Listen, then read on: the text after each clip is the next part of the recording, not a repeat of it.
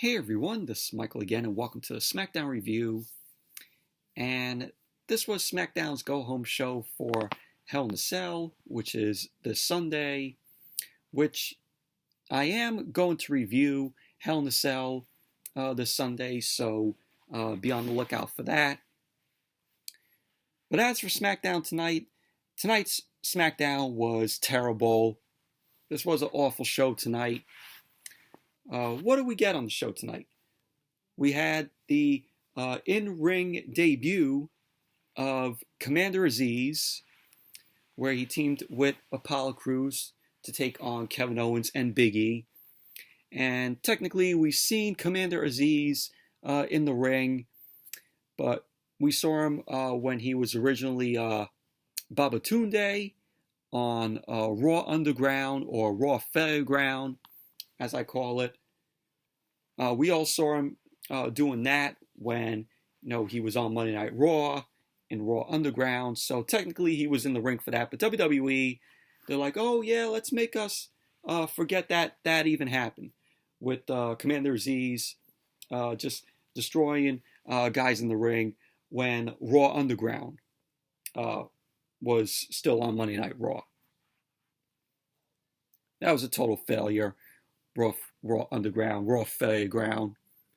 Awful. And then we got Nakamura versus Corbin for the 5th time, fighting over a stupid fucking crown. The winner of this match gets to be the so-called king. Who cares? Who fucking cares? And then we had a Hell in a Cell match, the first time ever on SmackDown. Hell in a Cell match, Roman Reigns versus Rey Mysterio for the Universal Championship. And I'll get to explain that when I talk about the match. But overall, SmackDown was an awful show tonight. It was absolutely terrible. So let's jump right into the review. So, SmackDown opened up tonight with Rey Mysterio. Rey Mysterio ended up coming out, and Rey ended up stopping at ringside. He ended up looking up at the Hell in a Cell, which, I admit, the red Hell in a Cell structure looks absolutely awful. It looks like a milk crate. It's just an eyesore. That red Hell in a Cell is an eyesore. What was wrong with the old looking cell? I would say bring back the original look of the cell and get rid of this awful, shitty looking milk crate red Hell in a Cell. Like I said, it's a fucking eyesore. So Rey Mysterio ended up getting on the mic. He ended up saying, any parent watching knows what he's feeling. He said he's feeling the pain, the hurt, and sadness. He ended up saying that he told his son Dominic the risk of competing in the ring. And this was or is his dream. And thankfully, he is walking. Rey went on to say that he isn't sure when Dominic will be back in the ring. So Rey ended up getting, a bit emotional. And the cell, when Rey was in the ring, was lowered halfway. Because I was thinking, oh no, they're not going to kick off the show with the Hell in a Cell match. This has got to be in the main event. So Rey ended up talking about how Roman ended up destroying Dominic last week, where Roman ended up powerbombing Dominic out of the ring, and Dominic ended up landing back first at ringside. And Rey ended up saying that he will never forget the sound and the helpless look Dominic had in his eyes as he suffered in pain after the powerbomb from Roman last week. Rey wanted to say that he will never forget the man who did this to him. He wanted to say that he can't wait one more day and that he's ready for the match. He's ready to get his revenge. Rey went on to say that he knows Roman accepted his challenge on Twitter, and Rey ended up wanting to hear from the mouth of the so-called head of the table himself, the tribal chief, Roman Reigns. So Rey ended up telling Reigns to get out here. So Reigns ended up coming out with Paul Heyman. Rey ended up calling Reigns a son of a bitch. So the cell was being lowered all the way down, surround the ring, and Rey was waiting inside of the cell. And that's when Reigns and Paul Heyman came out. Reigns ended up getting on the mic. He ended up speaking from the stage. And Reigns ended up saying that he doesn't want to do this and hurt Rey. He ended up saying that it won't be his fault. And that Rey doesn't want to be locked in the cell with him. Reigns ended up telling Rey, oh, this won't be PG tonight. For whatever he does to Rey in the Hell in a Cell. So Reigns wanted to say that he's going to ask Rey once, are you sure you want to do this? Rey ended up telling Reigns that he's never been more ready in his life. So then Reigns ended up saying that he tried to do it Rey's way. He tried to be diplomatic. And that now we will do it his way. So Reigns ended up heading to the back. And Rey was standing alone in the cell. And that was that. So just, hype for their Hell in a Cell match later on in the night, which was the main event. But overall, it was an okay segment to open SmackDown.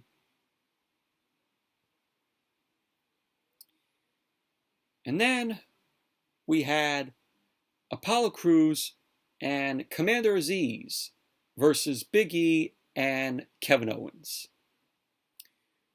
So we had Kayla Braxton backstage with Kevin Owens and Big E. Kevin Owens ended up telling Kayla Braxton that he isn't worried about Commander Azeez because Big E is the strongest person in the locker room.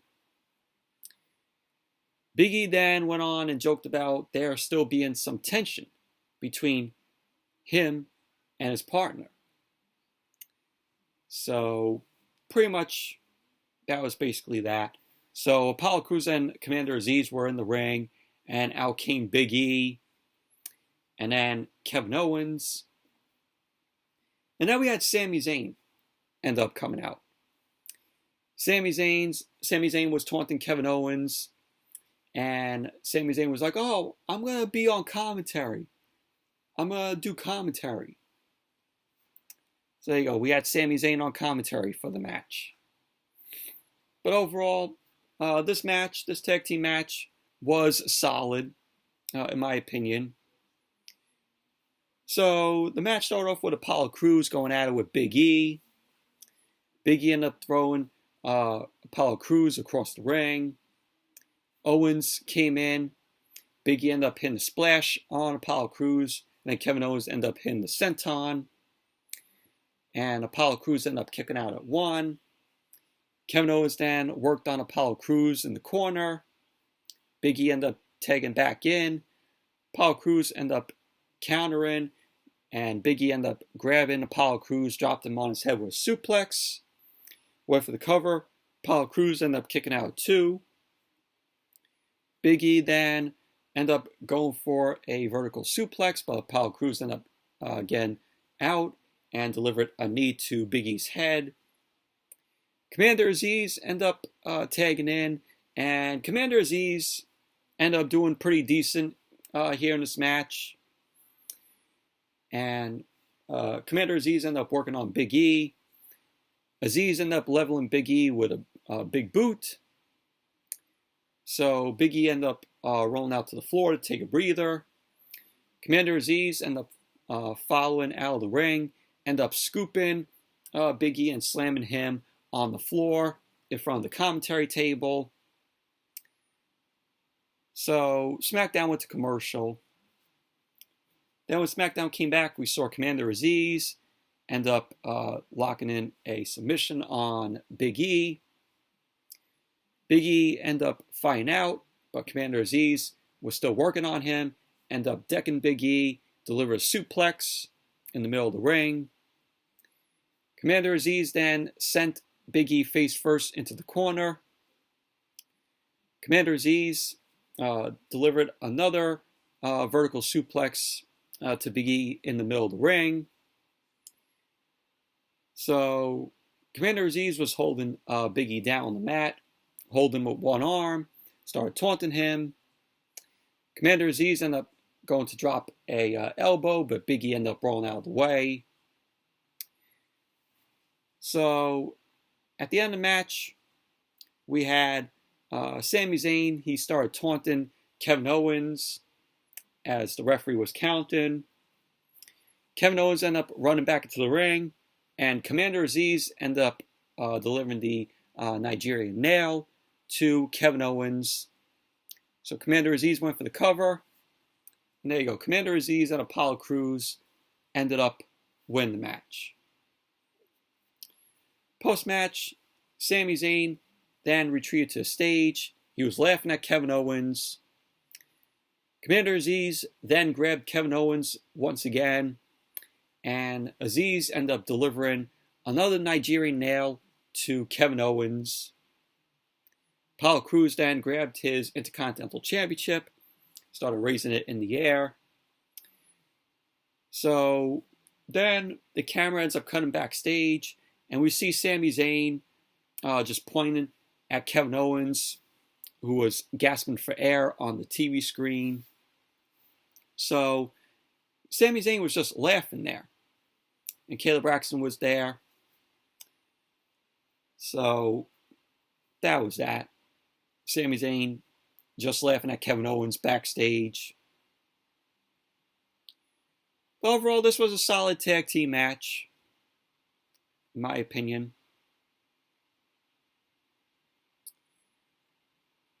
So then when SmackDown came back from the commercial, Kevin Owens was backstage. He was clutching his throat, and he was in the office with Sonya Deville and Adam Pearce. And Kevin Owens was telling both Sonya Deville and Adam Pearce, "Give me Sami Zayn. I want Sami Zayn." So Michael Cole on commentary ended up saying that Adam Pearce has made the match official for Hell in a Cell. So it'll be Kevin Owens versus Sami Zayn at Hell in a Cell. So any match with Kevin Owens and Sami Zayn, you know it's going to be a good one. You know, these two could, fight on forever, and they would still deliver a match. They would still deliver a good match.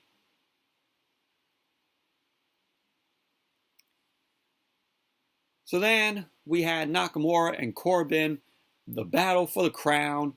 Who fucking cares about this match? This is the fifth time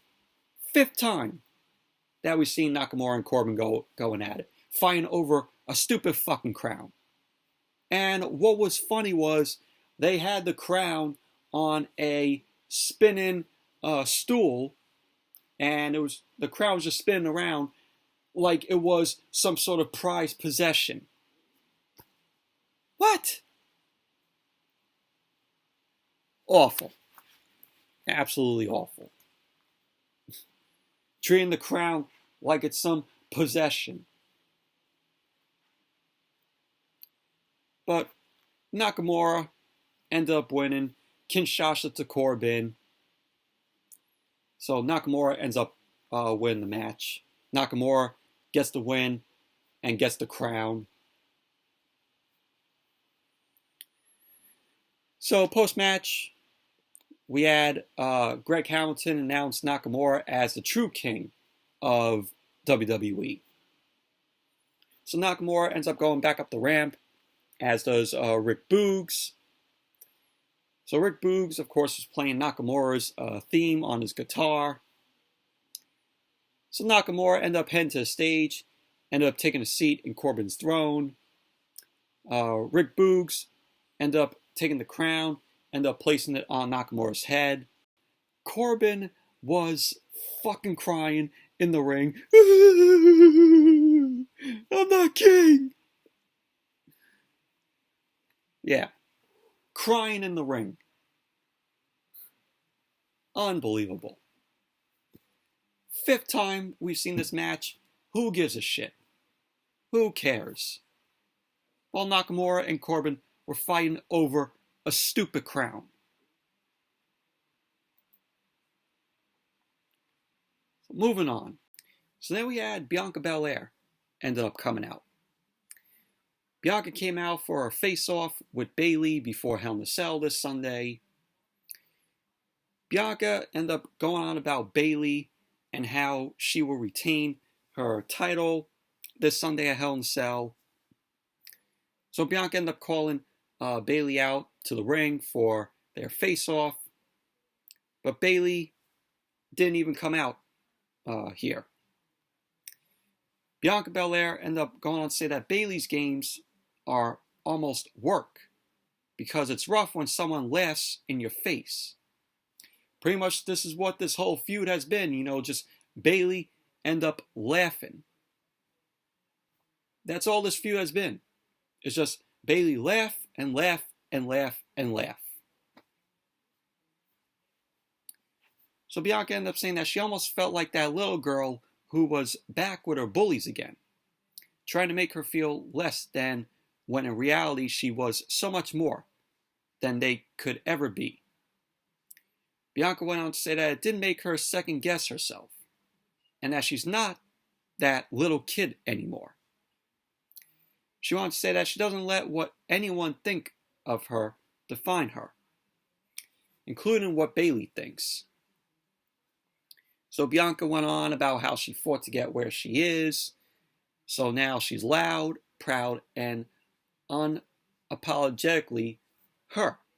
So Bianca went on to say that she wanted to say this in Bayley's face, but here it is. So Bianca ended up saying that Sunday, I don't just want you in the ring. I want you inside Hell in a Cell. So Bianca ended up going on about how Bayley won't be laughing when she gets dragged in the cell. So Bayley ended up finally coming out. Bayley ended up getting into the ring. She went to swing at Bianca Belair, and both Bayley and Bianca started brawling. Bayley kicked Bianca in the gut. She went to go toss Bianca out to the floor, but Bianca ended up throwing her out. Bianca then ended up sending Bayley into the commentary table, and then she tossed Bayley over the barricade, but Bayley ended up holding on to Bianca's hair. She was pulling Bianca's hair.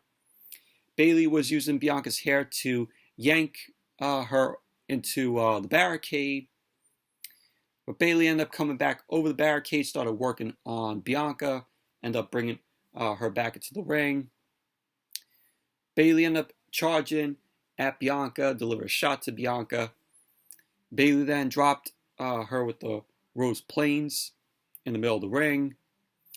Bayley then grabbed the SmackDown Women's Championship, and she raised it in the air, and she ended up standing tall over Bianca, who was still down. And then we see Bayley's face taking over the Thunderdome screens. So it was Bayley just holding up the SmackDown Women's Championship, and just the screens in the screens in the Thunderdome was just of her holding up the title. So that was that. But like I said before, All this feud is just Bayley just laughing and laughing and laughing. That's all it is. I mean, I love Bayley. I'm a fan of Bayley, huge Bayley fan. But please, all this feud is just based on laughing from her.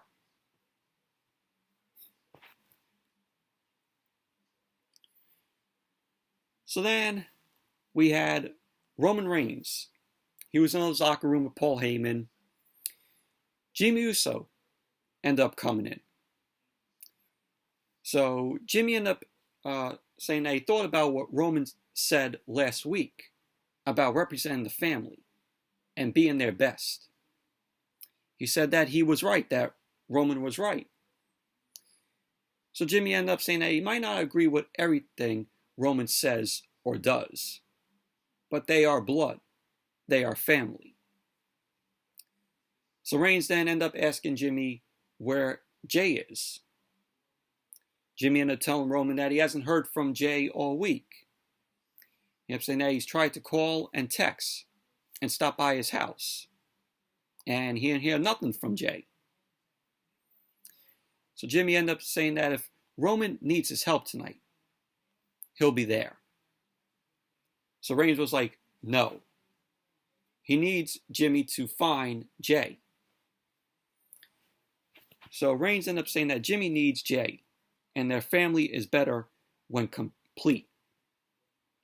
So Reigns then told Jimmy not to worry about tonight, because it's business as usual. So Reigns was like to Jimmy, do me a favor. Find Jay. So that was that. And then we were supposed to have Otis versus Angelo Dawkins. So we had Otis and Chad Gable end up coming out. So when SmackDown went to commercial, then when SmackDown came back from the commercial, we had Michael Cole end up saying that Montez Ford is not here tonight because Montez Ford is recovering from a rib fracture. So we had Angelo Dawkins end up coming out. Angelo Dawkins was clutching his shoulder. So Dawkins ended up taking off his jacket as he got into the ring. His shoulder was all banged up. And Dawkins was facing off with Otis. So Dawkins and Otis were ready to go. And then Chad Gable ended up slapping Dawkins. Dawkins then chased Chad Gable around the ring. And Dawkins ended up getting dropped by Otis. Chad Gable and Otis ended up grabbing Dawkins, ended up launching him shoulder first into the ring steps. Chad Gable was holding Dawkins as Otis ended up leaping off the apron with a flying knee. Chad Gable was then taunting Dawkins as Otis started stalking him. Otis then grabbed Dawkins, rolled him into the ring. Gable ended up holding Dawkins as Otis ended up running the ring and delivered a clothesline, which ended up knocking Dawkins into a double team German suplex by Otis. Ended up knocking Dawkins out of the ring. And Otis and Chad Gable were standing tall in the ring. Officials came out to check on Dawkins. And that was that. The match never got underway. It was a 2-on-1 beatdown from Otis and Chad Gable to Angelo Dawkins.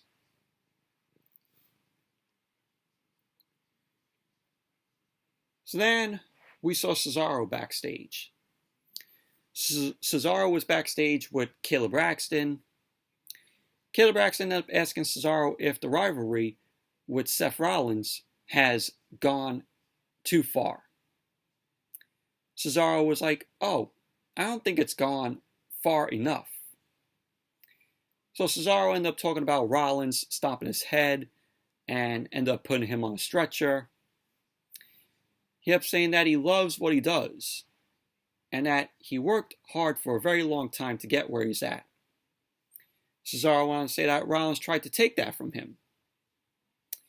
So Seth Rollins ended up interrupting Cesaro. Seth Rollins ended up confirming that they have a match at Hell in a Cell this Sunday and that there's no reason to fight now. He wanted to say that he's a professional and that he came to have a conversation. So Seth Rollins ended up asking Caleb Braxton to leave the ring. So Rollins then went on to talk about how Cesaro doesn't deserve a single ounce of respect. He went on to say that this Sunday he's going to show Cesaro and everyone like him what he does deserve when he puts Cesaro in his place. So we had Cesaro respecting Seth Rollins because Cesaro didn't think that Seth Rollins had it in him, being a professional, coming out and facing him man to man. So Cesaro ended up saying that he respects that. He respects what Seth Rollins said, and he respects Rollins as a competitor. So Cesaro then stood up and he pushed Rollins over his chair. And Cesaro was like, "Oh, I'll see you Sunday." So Cesaro ended up walking off. Rollins ended up getting back up to his feet, very pissed off. He was seething. And that was that. But I do wish that WWE would have went this route and did Seth Rollins versus Cesaro inside Hell in a Cell. I would rather see Cesaro and Seth Rollins in Hell in a Cell than Bianca and Bayley. But that's what they should have done. And then we had the main event. Rey Mysterio versus Roman Reigns. Hell in a Cell match for the Universal Championship. This is the first time that a Hell in a Cell match has took place on SmackDown. And this was an alright match. I mean, the match should have been at the pay-per-view.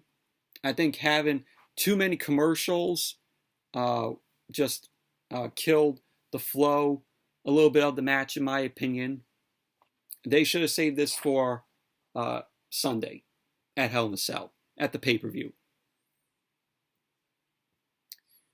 So we had Rey Mysterio end up making his way out, and Rey ended up waiting for Roman Reigns inside of the cell.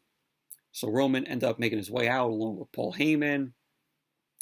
Reigns ended up marching inside the cell, ended up raising the Universal Championship. So the match ended up starting. Rey ended up grabbing a chair from under the ring, ended up jabbing Reigns in the back with it from the floor. Rey ended up fighting with another chair shot, but Reigns overpowered Rey, dropping him and tossing the chair. Reigns then fell to the floor, but Rey ended up spraying Reigns in the face with the fire extinguisher, and Rey ended up charging, ended up dropping Reigns with the fire extinguisher to Roman's face. So Rey decked him with it, started spraying Reigns some more with the fire extinguisher. Rey had trouble rolling Reigns back into the ring.